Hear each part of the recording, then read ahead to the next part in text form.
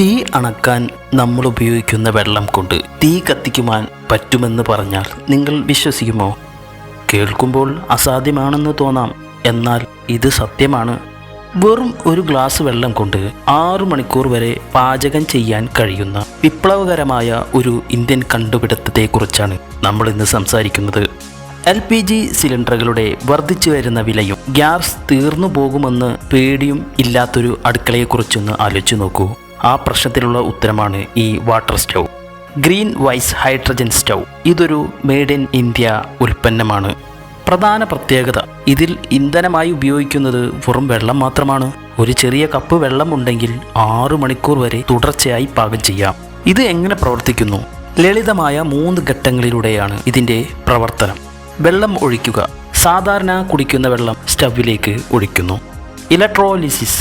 സ്റ്റൗവിനുള്ളിലെ സംവിധാനം വെള്ളത്തെ ഹൈഡ്രജനും ഓക്സിജനുമായി വേർതിരിക്കുന്നു. ജ്വലനം.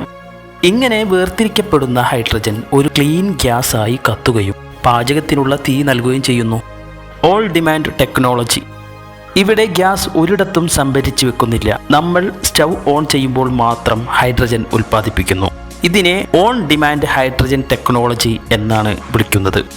ഇൻഡക്ഷൻ കുക്കറും ഹൈഡ്രജൻ സ്റ്റൗവും തമ്മിലുള്ള വ്യത്യാസം. ഇൻഡക്ഷനിൽ പ്രത്യേക പാത്രങ്ങൾ വേണം, എന്നാൽ ഹൈഡ്രജൻ സ്റ്റൗവിൽ സ്റ്റീൽ, അലുമിനിയം, എന്തിന് മൺചട്ടി വരെ തുടങ്ങി ഏത് പാത്രവും ഉപയോഗിക്കാം.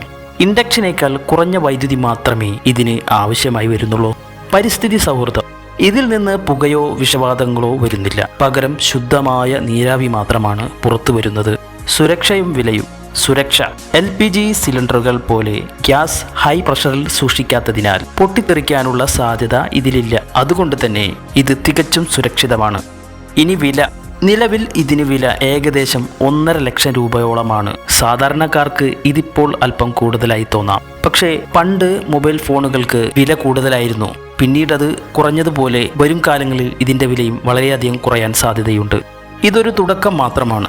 വെള്ളം ഇന്ധനമാകുന്ന ഒരു ഭാവിയിലേക്ക് നമ്മൾ അടുക്കുകയാണ്. ഗ്യാസ് വിലക്കയറ്റത്തിന് ഇതൊരു ശാശ്വത പരിഹാരമായേക്കാം.